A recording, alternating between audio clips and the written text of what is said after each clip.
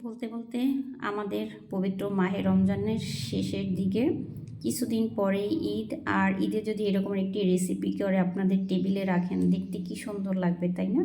আসসালামু আলাইকুম। আমি ছোট একটি রেসিপি আপনাদের সাথে শেয়ার করব। এখানে আমি 2 পিস মুরগি নিয়েছি, সুন্দর করে পরিষ্কার করে পানি ঝরিয়ে তারপর এটা আমি ভেজে নিব। হালকা ভাজবো, বেশি ভাজবো না, যে যেভাবে খায় সেই রকমের ভাজবে। আমি পছন্দ করি হালকা ভাজলে। তো আমি এটা সুন্দর করে ভেজে নিব, ভেজে তারপরে উঠিয়ে নিব। আর আমি আগেই পেঁয়াজ বেরেস্তা করে রেখেছিলাম, যে তেলে আমি পেঁয়াজ বেরেস্তা করেছি ওই তেলেই আমি মুরগি ভেজে নিয়েছি।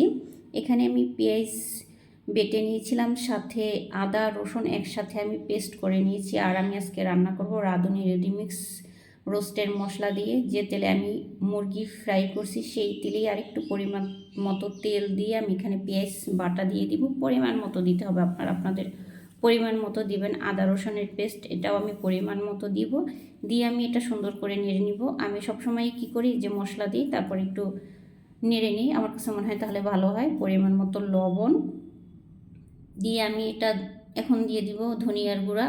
আমি সব কিছুতেই ধনিয়ার গুঁড়া একটু ব্যবহার করি। তারপরে মরিচ ঝালের জন্য আপনারা যে যেভাবে ঝাল খান। আর আমি সবসময় যা করি, একটু হলুদের গুঁড়ো দিই, তাহলে মনে হয় কি কালারটা আরও বেশি সুন্দর হয়। আপনারাও ট্রাই করতে পারেন।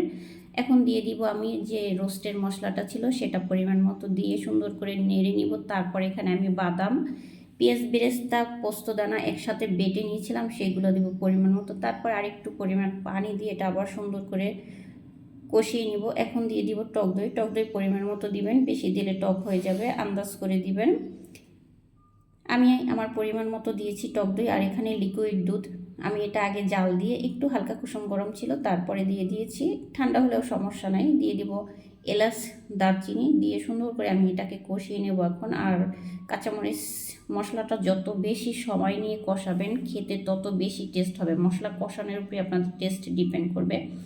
দিয়ে দেবো আস্ত মুরগি 2 পিস, দিয়ে আমি সুন্দর করে এটা নেড়ে চেড়ে নিব। আর যেহেতু আস্ত মুরগি সেজন্য একটু সময় নিয়ে নাড়তে হবে। নেড়ে চেড়ে ঢাকনা দিয়ে আমি কিছু সময় ঢেকে এখন দিয়ে দিব আমি এর ভিতরে পরিমাণ মতো লবণ। কারণ মুরগি এটা যখন ভেজেছিলাম তখনই প্রায় সিদ্ধ হয়েছিল, তারপর অল্প পানি দিলেই সিদ্ধ হয়ে যাবে। আর এগুলো সোনালী মুরগি, সিদ্ধ হতে বেশি সময় লাগে না। আর টেস্ট বাড়ানোর জন্য আমি দিয়ে দিচ্ছি চিনি অল্প পরিমাণে। তারপর এখন দিয়ে দিব আবারও পেঁয়াজ বেরেস্তা দিয়ে এটাকে আমি আবার সুন্দর করে এটাকে নেড়ে চিলে একটু সময় নিয়ে করতে হবে, যেহেতু আমার পাতিল ছোট আর মুরগি একটু বড়, তো নাড়তে কষ্ট হবে, সেজন্য সময় নিয়ে তারপর একটু নেড়ে চেড়ে এটাকে কিছু সময় আবার রেখে দিবেন। ঝোল আপনারা যে যে পরিমাণ খান, ঘন বা পাতলা। এই তো ব্যাস হয়ে গেল আমার চিকেন রোস্ট। দেখেন মাশাল্লাহ, দেখতে কি সুন্দর লাগতেছে। এরকমের যদি টেবিলের উপরে রাখেন আপনারা, সত্যিই অসাধারণ লাগবে। আল্লাহ হাফেজ।